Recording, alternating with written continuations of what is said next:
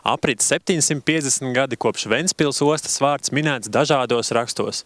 Šim notikumam par godu ir izdota speciāla grāmata. Mēs esam tādā skaistā mirklī, par kuru bieži saka, ka tas ir zelta vērtē, jo ir atkal viens skaists darbs Ventspilī ir izdevīts.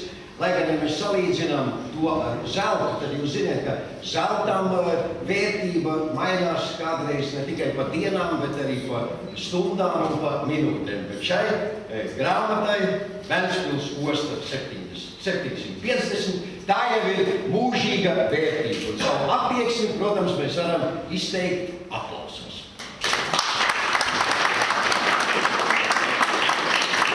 Tāds pirmais apjomīgais pētījums par Ventspils ostu. Kāds būs tas pozitīvais pienesums, teiksim, Ventspilī, Ventspilniekiem, Ventspils ostā visai Latvijai? Tas dot iespēju pastīties uz ostu un līdz ar to arī uz pilsētu un caur šo prizmu arī uz Latviju, tās attīstības gaitā un labāk izprast pagātni, vēsturi un šīs dienas kontekstu šai vēsturē. Un, protams, tur bija jautājums, kā dalīt ostas laikmetos attīstības etapos.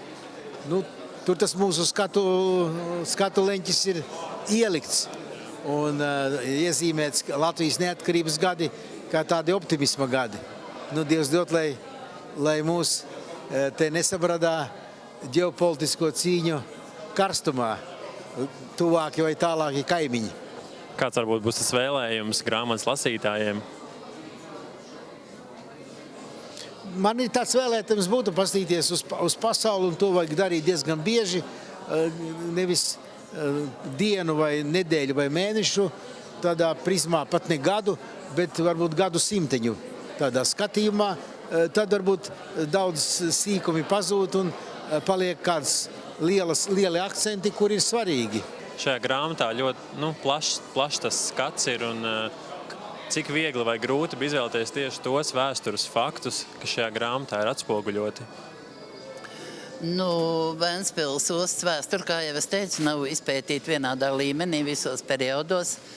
Un tad, kad Ventspils muzejs bija nonācis šīs grāmatas sarakstīšanas priekšā, teiksim tādu materiālu savākšanas priekšā, tad mēs konstatējam, ka mums pa dažiem periodiem ir jāpieaicina palīgspēki, un kopsumā Ventspils brīvost arī to darīja, piesaistot vairākus vēsturniekus, kā tas ir redzams grāmatā pašā.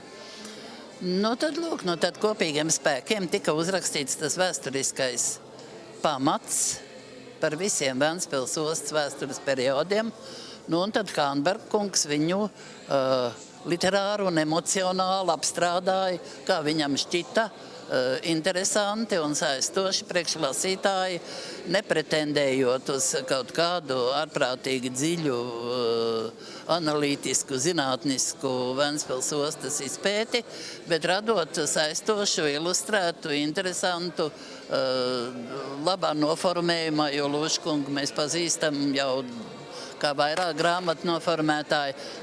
Tādu izdevumu, ko gan mums dāvāt Ventspils viesiem, gan pašiem turēt mājās, kā Ventspils ostas tādu raksturojošu izdevumu. Grāmatas veidotāji lielu paldies sakam Ingrīdai Štrumfai un visai vēsturnieku grupai, kura mums, autoriem, gan māksliniekam, gan man kā teksta autoram, palīdzēja atskatīties un no 750 gadiem mēģināt izveidot tos būtiskos teikumus, kas raksturotu mūsu seno pagātni. Ventspils osta laika gaitā ir gan debesīs celta, gan pelta, gan dragāta, gan no jauna celta.